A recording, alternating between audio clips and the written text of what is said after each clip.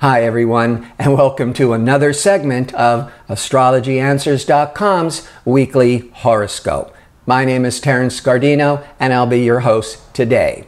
Another eventful and possibly transformative week for many. So it will be important to stay grounded and not make any rash decisions. What is going on astrologically is the formation of a grand cross formation this week.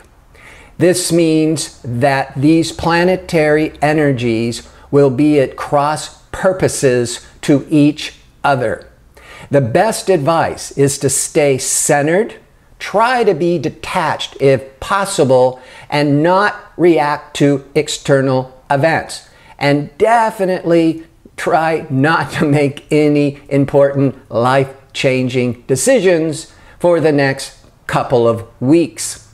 The bigger issue is that during this grand cross, Uranus, the planet of radical change, and Pluto, the planet of transformation, will be at odds again, giving a period of great change on a personal and global level. It began in 2012, and it will continue on and off a couple times a year until March of 2015. The Uranus-Pluto square this week is part of the Grand Cross configuration, but this week could give the most intense pressure for change and upheavals that could trigger events such as earthquakes or the outbreak of war. A square is a 90-degree angle between two planets. And when this happens, it creates conflict or an opportunity for much needed change. When revolutionary Uranus squares transformative Pluto in the zodiac signs of pioneering Aries and traditional Capricorn, the primary effect is the sweeping out of old ways of thinking and doing things, creating an environment of revolution, but eventually a rebirth to a new way of life. And this is what's been going on overall in the world since 2012. And as I said, keeps being triggered into early 2015. Monday, the Uranus-Pluto square is exact again, giving the urge to break out of old routines. But the moon is in practical Capricorn, helps us from throwing out the baby with the bathwater. Tuesday, we may start feeling more restless and anxious for change as the moon moves into unconventional Aquarius.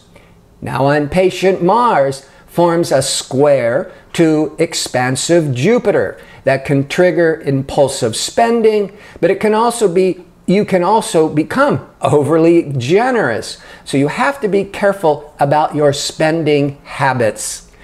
Wednesday begins with impatient Mars opposing rebellious Uranus, giving a strong demand for personal freedoms that could trigger explosive arguments, especially as the emotional moon is still in eccentric Aquarius.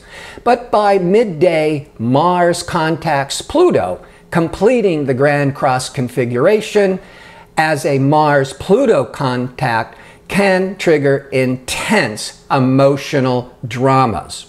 With all the aggressive Mars energy, it would be a good idea to channel the stress more positively through exercise or hard physical work activities. Thursday, the moon enters sensitive Pisces and aligns with idealistic Neptune, awakening creativity, intuition, and empathy, but could also give escapist tendencies. Fortunately, there will be a Venus-Saturn contact that is good for creative work and giving more stability in personal relationships. Friday, the moon continues in dreamy Pisces as communication Mercury aligns with the sun, motivating you to be more talkative and quick-witted. Saturday, the moon enters fiery Aries, jump-starting the weekend as the intelligent Mercury now aligns comfortably with inspired Neptune, stimulating your imaginations and creative talents. Sunday, the moon continues in restless Aries, but the sun is favorable with inspired Neptune, giving a great day to dream and to let loose your imagination. It's also excellent for charity and service.